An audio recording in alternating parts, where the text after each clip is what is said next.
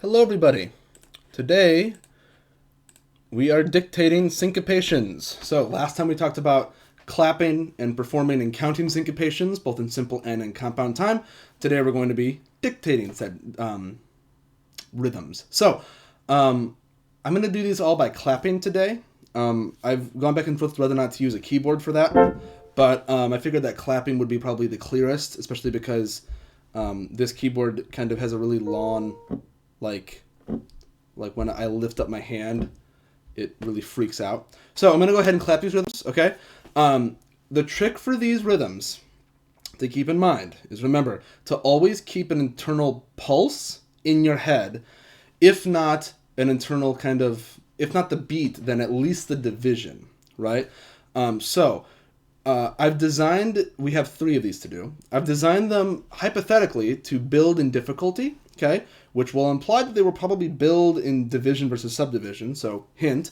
But remember, syncopation is tricky because we lose the aural sense of where the beat falls. It either is subsumed under ties or under odd accents, or it's just completely omitted from the rhythm because of just the placement of where certain beats fall. So, something to keep track of. So let's go ahead and get right into it. 3 of these to do. None of them are particularly long. This first one is 5 measures, 3/4 time. I'm giving you 3 listens for it. And I forgot to remove the numbers. So honor system, don't look up what it is. Oh well, whoops. Okay, so 5 measures, 3 listens. Ready? So this is going to be our beat. This is our beat. Ready? I'm going to give us 2 full measures. 1, 2, 3. 1, ready, go.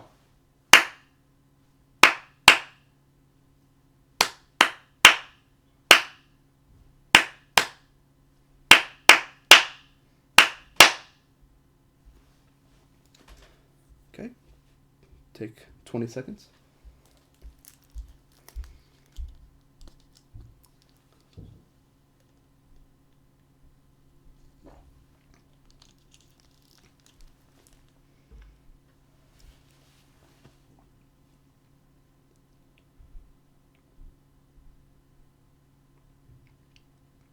Okay, listen to. Same tempo. Okay. 1, 2, 3.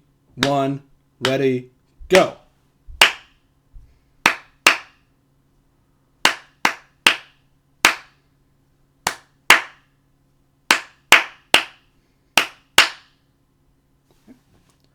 Take 20 more seconds.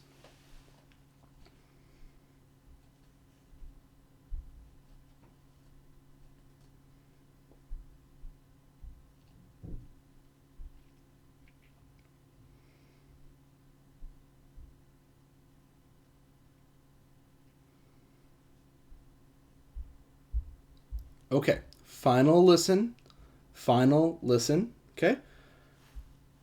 Here's your beats. 1, 2, 3, 1, ready, go.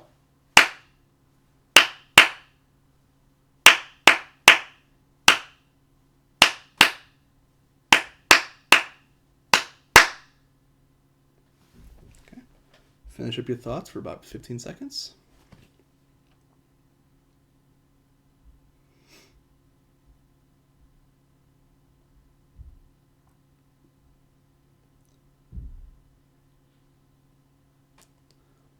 Okay, so let's take a look at this one.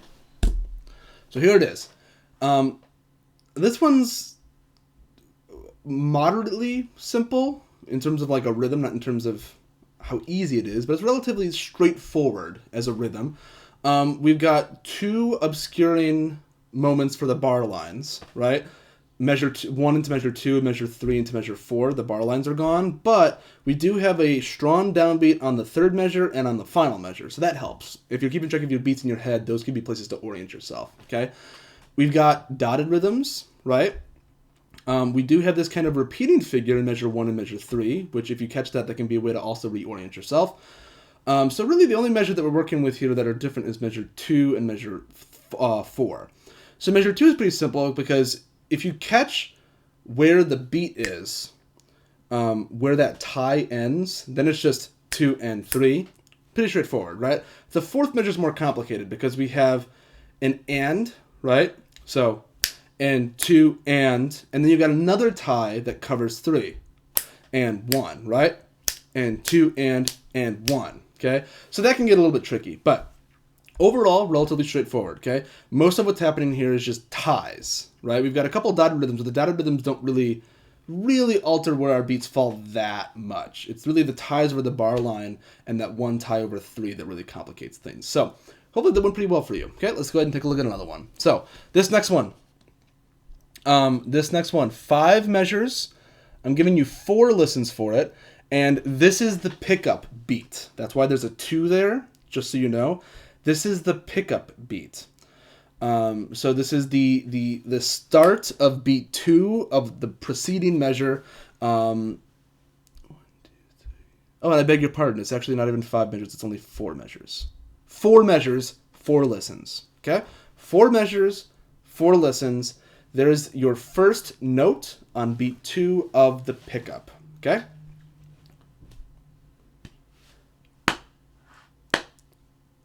Okay, this is going to be our quarter note tempo. So this would be 1 and 2 and 1E and a 2E and a 1 and 2 and so on. Okay, so keep track of those different levels of division in your head. We start off with the 16th note, so there's probably going to be subdivisions here. I mean, there is, obviously, but keep that in mind. So try to keep the subdivision and the division going in your head too. Ready? 4 listens, 4 measures. Beg your pardon for the mistake, okay? 1, 2, ready. Actually, pardon me, I'll give us 5 beats because we're coming on 2. 1, 2, 3, 4, 1.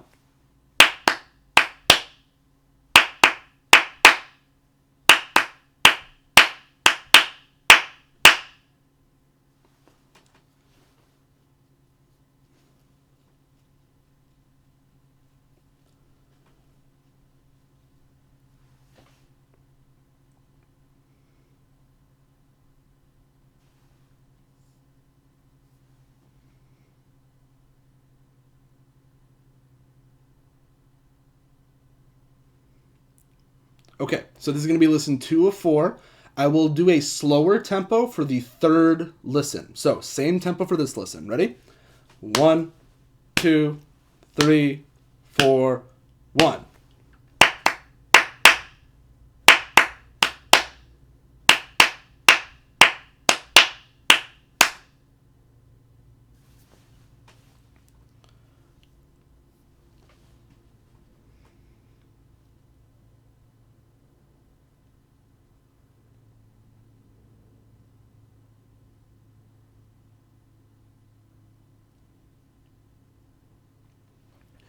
Okay, listen 3 of 4, the penultimate listen. For this listen only, I'm going to go at a slower tempo.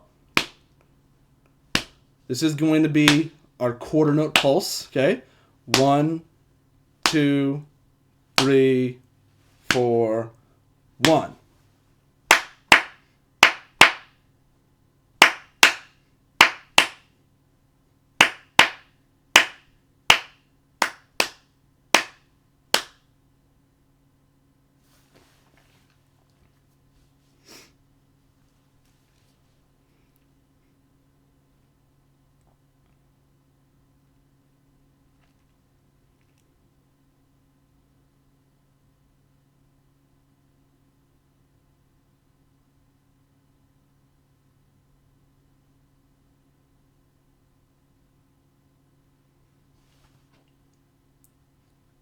Okay, 4th and final listen. 4th and final listen. 1, 2, 3, 4, 1.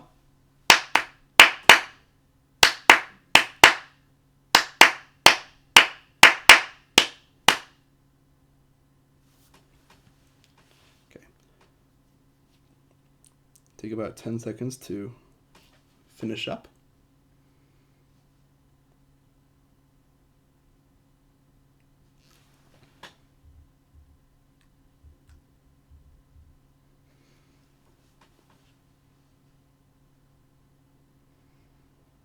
Okay, here we go. So this one is pretty tricky. Okay, the first half is pretty straightforward, right? We've got our fork rhythm. Just happens twice. Same thing happens twice. If you catch that it's the fork rhythm once, hopefully you caught it the second time too. The problem is that the fork rhythm comes back, but we tie over the bar line, and that's what makes this so tricky. We reset back to 2 and 1 in the penultimate measure, but those the second and third measure is really tricky. Right? It would be easier if it was this. Right? But it's not that. We've tied the final 16th of our first fork to this first 16th of the second fork. Okay? Tricky. Very tricky. But hopefully you got all or most of that. Again, catching that the fork is kind of a recurring rhythmic element of this is useful. Again, in a lot of music, especially for rhythmic dictations, but even for melodic dictations, remember that looking for kind of motivic, rhythmic patterns is useful for dictation purposes. And in this case, we've really got one subdivided rhythm that kind of becomes the germ that becomes the entire example. So, something to consider, okay? Let's go ahead and do one more of these. I've got one more for us. This next one's going to be a compound one, okay? 4 measures, 4 listens. This one starts right on the downbeat, okay? 4 measures, 4 listens, okay? This is our 8th note pulse, okay? 8th note pulse, 4 measures, 4 listens. Ready? 1, 2, 3, 1, ready, go.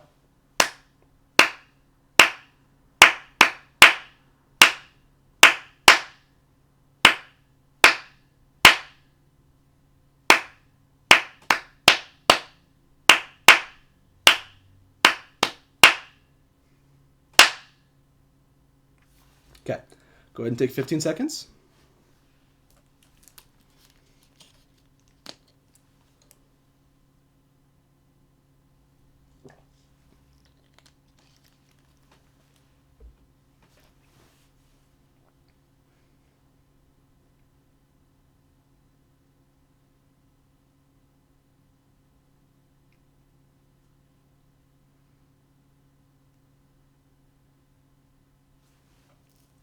Okay, second listen, okay, second listen. 1, 2, 3, 1, ready, go.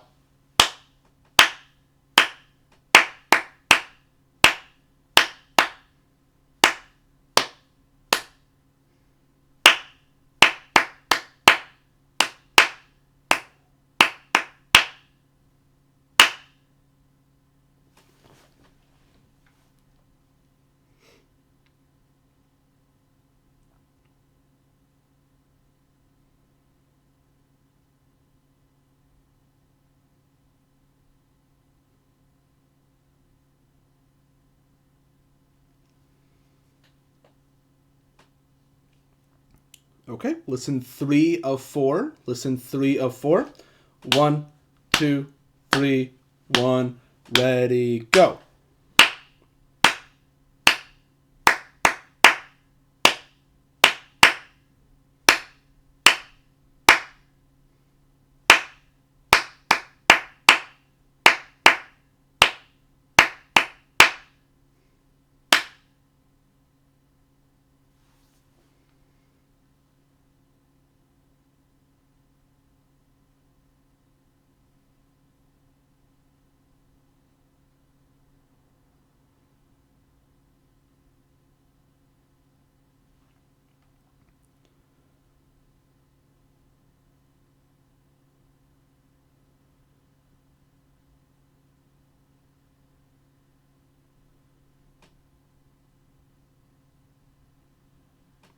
Okay, fourth and final listen. Fourth and final listen. Ready? 1, 2, 3, 1, ready, go.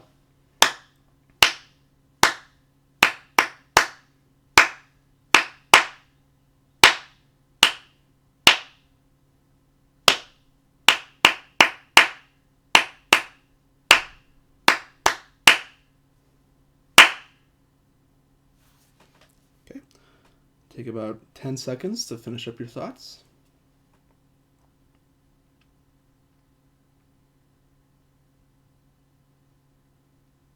Okay, let's take a look at this one. So, first measure, pretty straightforward. 1, la, li, 2, ta, la, li. Not too bad. Second measure gets a little bit tricky because we have a syncopation of our division, right? So 1 ta, li, right? 1 ta, li, right? Beat 2 is not too bad. 2 la, okay? Third measure is where I think we get the most tricky because we do have a tie that hides our second beat. 1 la ta li ta ta la li, right? I don't even know what shape I was conducting there, but that's the counting for that, right? And then the final measure doesn't end on the downbeat. 1 ta la 2, right? This one I think is a bit more straightforward than the second one that we had, but again, compound is tricky because just the beats are so long when we subdivide them. So syncopating those subdivisions can snowball, okay? But hopefully you got all or most of that. Again, if you ever need more help with this stuff, Megamit does have syncopation dictation exercises in the rhythm section. Levels 11 through 14 are what you need for that in the practice mode, not in the regular mode. Because if you do the regular mode, you have to build all the way up, okay? In the regular mode. I mean, the practice mode. My, oh my. So, let's talk about what we're doing next time. Harmonic dictation. So we took a brief foray into rhythm this week. Monday and Wednesday, all rhythm. We're going to come back to pitch and do melody. We're going to resume with melody next week by applying all we did this week to melody going forward.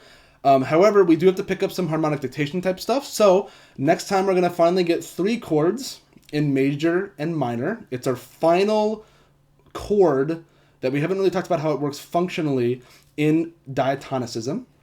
We're also going to have a very brief introduction to sequences because 3 chords don't really ever appear, and when they do, they are oftentimes in a sequence. So you can look forward to that next time. So that's all for today. Your participation was due this morning, so hopefully you got that in time, and you'll have homework assigned on Friday. So I will see all of you on Friday. We'll do some harmonic dictation, and take care.